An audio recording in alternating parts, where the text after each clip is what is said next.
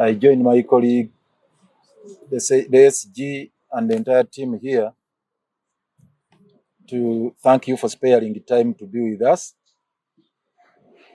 to relay the message we want to pass on to the public.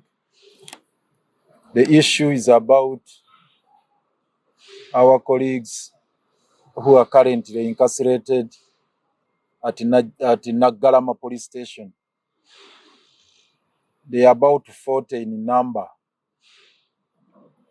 And the bizarre events that came up leading to their arrest are really puzzling.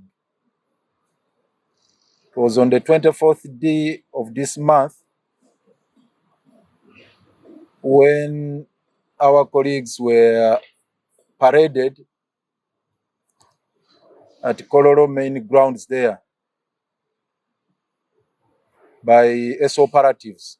We understand it was on the directive of the Director General SO Ochwet. And they told lots of lies, blatant lies about what had transpired. In a nutshell, they said they were parading Rongo elements that were handed over to them by Kenyan authorities who had been picked from Kisumu there. Truth of the matter is, our colleagues entered Kenya legally, and at an opportune moment,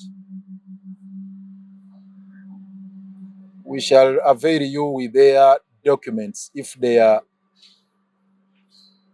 secured, and they can attest to that fact, the passport and other travel documents. They went through the border point and they were all cleared by the immigration authorities on either side of the border, Uganda and Kenya. They were cleared by the authorities here, the immigration, and also cleared by the immigration authorities in Kenya. And in broad daylight, they moved or traveled to Kisumu. They had been invited by a partner NGO for a 1 week conference. It was a training, a 1 week training about leadership, governance, communication, and it was organized officially by this NGO, which is partnering with us on a number of programs. And the venue was known. It is Ukweli Pastoral Catholic Center, which you can verify. It's a church facility. Ukweli Pastoral Catholic Center in Kisumu. That's where the training was organized to take place.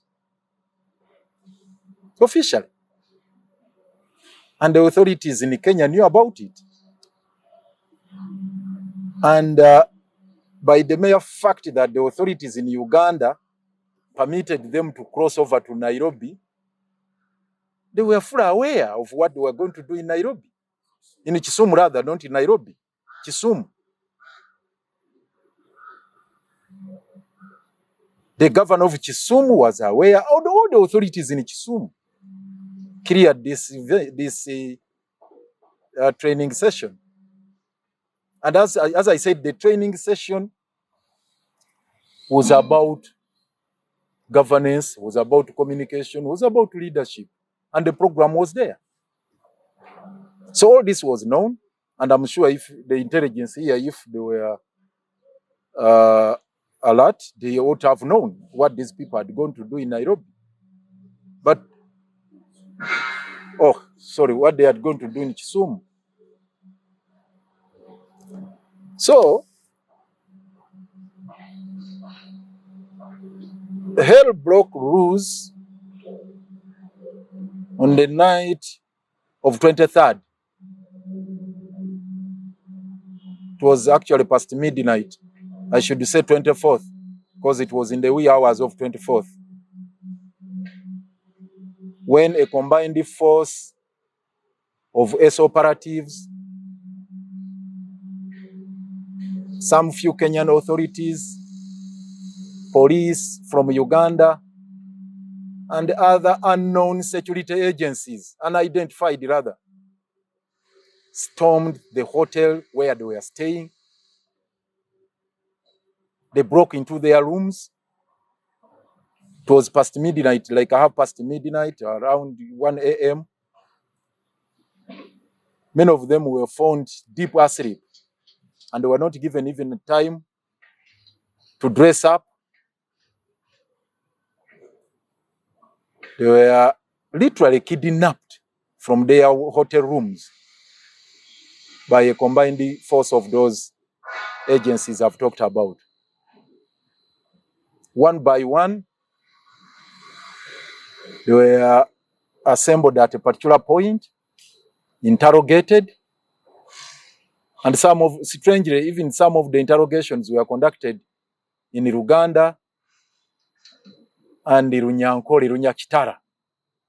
Some of the interrogations in Kisumu.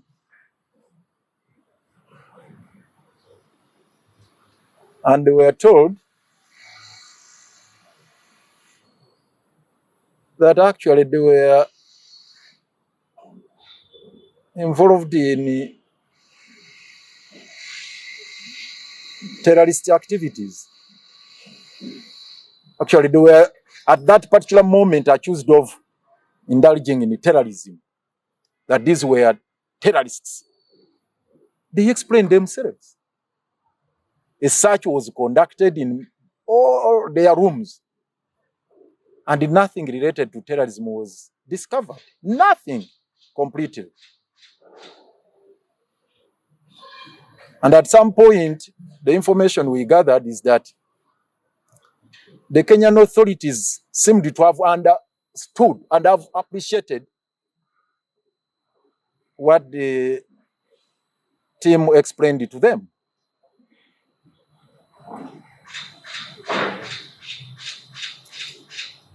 But the first security operatives from Uganda would not budge, would not relent. They proceeded to bundle all of them onto a truck, and at a breakneck speed drove them towards the borders of Busia. Around 5 a.m., they crossed back to Uganda. 5 a.m. Again, it was shocking and surprising that they do not use the border point and they did not go through the immigration.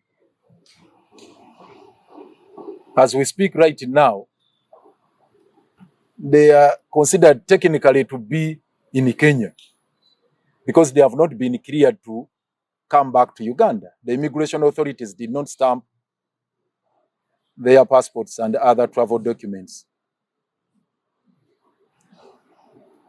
They were driven straight to SO headquarters here, where they were detained here. And before they were brought here, many of them were tied kandoya. I don't know kandoya in English. It's kandoya. They were tied kandoya. Not, kandoya. Your hands tied behind. Even ladies and everybody, they were tied, their hands were tied behind. Even when they wanted to go and ease themselves, they wouldn't be allowed to do it freely. You can imagine what happened as they had to ease themselves with their hands tied. You can all imagine the ordeal they went through. Those moments. So when they were brought here, Again, we understand on the directive of the ESO Director General, arrangements were made to have them paraded at Kororo. And that's where they interfaced with you members of the media and again issued out false statements. The blatant lies I've talked about, that these were wrong elements picked from Kenya and that they had been officially handed over by the Kenyan authorities to ESO and the police here, which was not true. What actually happened, as I've stated, it was a kidnap of our colleagues from their hotel rooms in Kisumu and subsequently transferred back here to Kampala. So you recall the statements they issued at Kororo. The team leader, Makoha Samuel, attempted to explain, to narrate the ordeal they had gone through and to give a true perspective of what had transpired. They blocked him. Actually, they cut short the interview. He was about to reveal what exactly transpired. And they said, hey, you stop there. They were whisked away and subsequently dumped at Nagarama police station, where they are languishing since that day of 24th. That was Wednesday. And today is Sunday. No charge has been preferred against them. We happen to have visited them at Nagarama, interacted with them. And as I talk right now, still no charge has been preferred against them. We also put questions to the OCCID, who is in charge of that station and who is handling them. He said for them, it's just a matter of keeping them in custody. That their file is at the CID headquarters and the ESO is responsible for whatever is happening. We talked to Magambo. They told us Magambo is the one in charge, but he was also feigning ignorance about this. He was just tossing us up and down, not revealing exactly what is it that is causing them to be detained at Nagarama. And in the entry book at Nagarama, one of our colleagues managed to at least flip through their records there. They indicated that they are rebels. That's that's the entry they made in their records there, that these are rebels. You can imagine having people you consider to be rebels. You authorize them to travel to Nairobi, rather to Kisumu. You stamped their documents, their travel documents. You can identify each and everybody. They know them. And these are known FDC leaders from across the entire country. They are known. Some of them are members of NEC.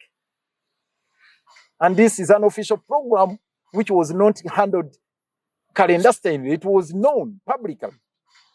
So, we take exception of what happened and we strongly condemn the act of our security operatives, mainly ESO,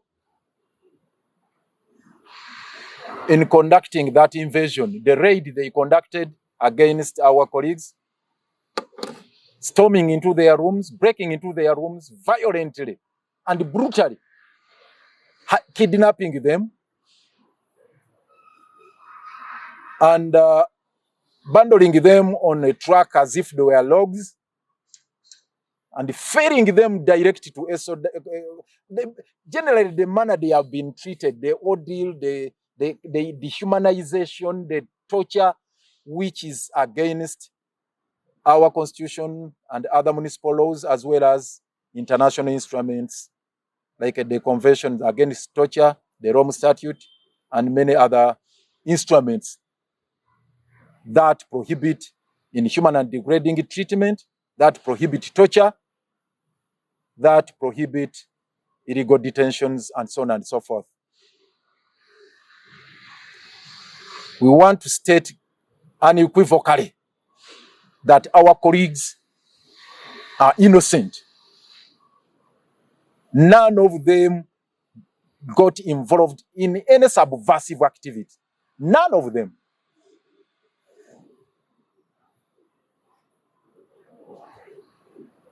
We want again to be on record that if they are talking about rebellion or subversive activities or terrorism, we, the leaders, are the ones who authorized them to travel and participate in that program. To go to Kisumu, we are the ones who organized it. So, that by implication presupposes that we are also culpable because we are here and I want to be on record. It was a naked program which was duly organized here in the four corners of our boardroom here, where we sat as leaders and agreed to have this program, and we sent these delegates for training in leadership, governance, and communication. So we are responsible for whatever they did. Collectively, we are responsible for that program. So if they are to charge them with treason, to charge them with terrorism, or any subversive activities, we are all here. Get all of us. We are all here. Because with the treason, of course, it cannot be masterminded by just a handful of those individuals. Maybe they are suggesting that the plot was hatched here and those had started, our colleagues had started on the execution mission.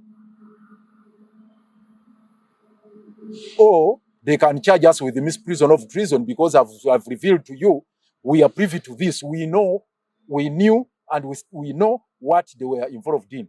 And we are the ones who organized that program as the FDC leadership here at Katonga. So the other thing is about the kidnap.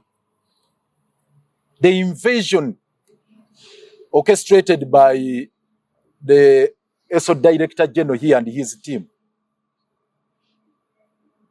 It's illegal. Actually, it's an affront to the territorial integrity of Kenya. In international law, you are not allowed to cross borders and pick anybody just like that and whisk them back to your country. That's abuse of the integrity, territorial integrity of Kenya, and abuse of international law. Yes, we understand we have extradition agreements with many countries, Kenya inclusive. But even if you are to extradite somebody, even if you are to deport them, you have to follow the due process. It has to even involve a judicial process. The Extradition Act of Uganda is very clear. The one of Kenya is very clear. The ministry in charge of all those issues must be involved. A request must be made by the government of Uganda here. It goes to the sister ministry, the other side. Then the judicial process commenced and it culminates into a warrant. And after court has actually confirmed these are fugitive criminals, because that is the word in the Extradition Act, fugitive criminal. It must be confirmed by courts of that particular jurisdiction that these are fugitive criminals who should be extradited. And even the exceptions to deportation and extradition, if it's a political offense, you cannot be extradited. That is the law. If it is murder, if you commit other offenses like rape or whatever, but if it's a political case, a case of political nature, more so in this particular case, where you are just on a fishing expedition to get a charge to be preferred against the people you have kidnapped, you cannot deport them. So we challenge the Director General ESO here. We challenge the entire government of Uganda and the authorities in Kenya to produce the extradition order that indeed confirmed that these are fugitive criminals. And it was issued by court. It has to be a court that issues a deportation order. They must have been arraigned before court, and the court issues a deportation order or an extradition warrant. And they must be certified fugitive criminals. All those processes were never followed. In execution of extradition agreements, states have to follow a well-known or unentrenched principle of pactum sunt servanda. You must respect that agreement you have executed internationally. It's a well-known doctrine within international law.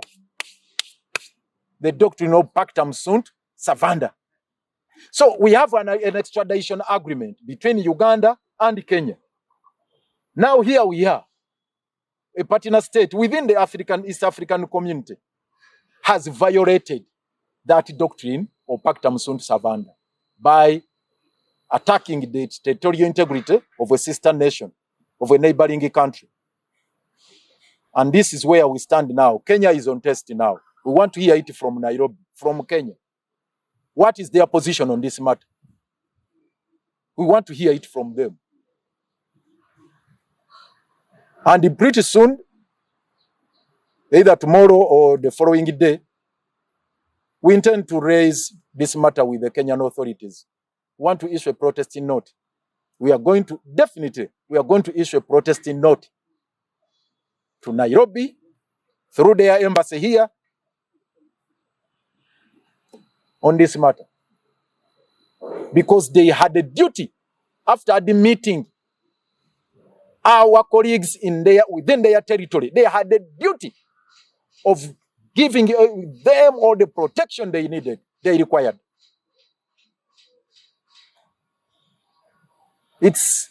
I've said it's an abuse of international law for a state like Kenya to allow foreign forces to come and pick individuals from within your own territory who are under your control, who are under your protection, to pick them, to kidnap them, late, deep in the night, and they just drive them away without even following any due process. So we are going to issue a protesting note to Kenya. We want them to come out clean on this, to explain to us.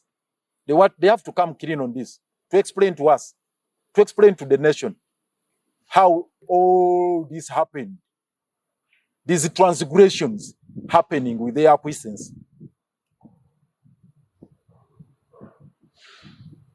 And this should send signals to all of us. All of you, we are not safe. You may think it is happening to our colleagues here today, but we are all not safe.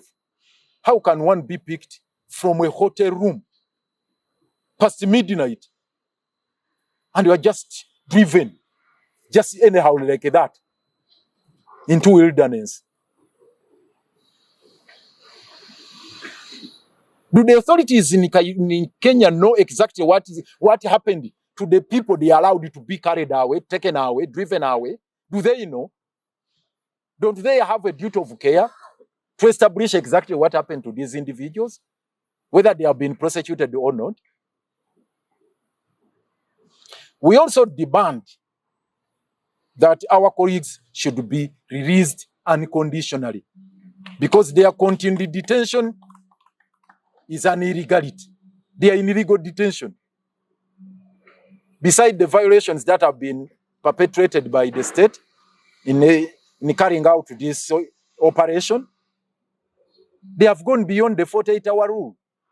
Rather, they have violated the 40-hour rule. They have gone beyond the 48 hours they are allowed to have somebody in custody. Since 24th, today is the 28th. Since 24th, they are having them in custody. Today is the 28th. How can you violate the Constitution with reckless abandon? Just like that. The Constitution dictates that produce, no, first and foremost, you tell them upon arrest, immediately upon arrest. That's what the Bill of Rights say in Article 28 of the Constitution.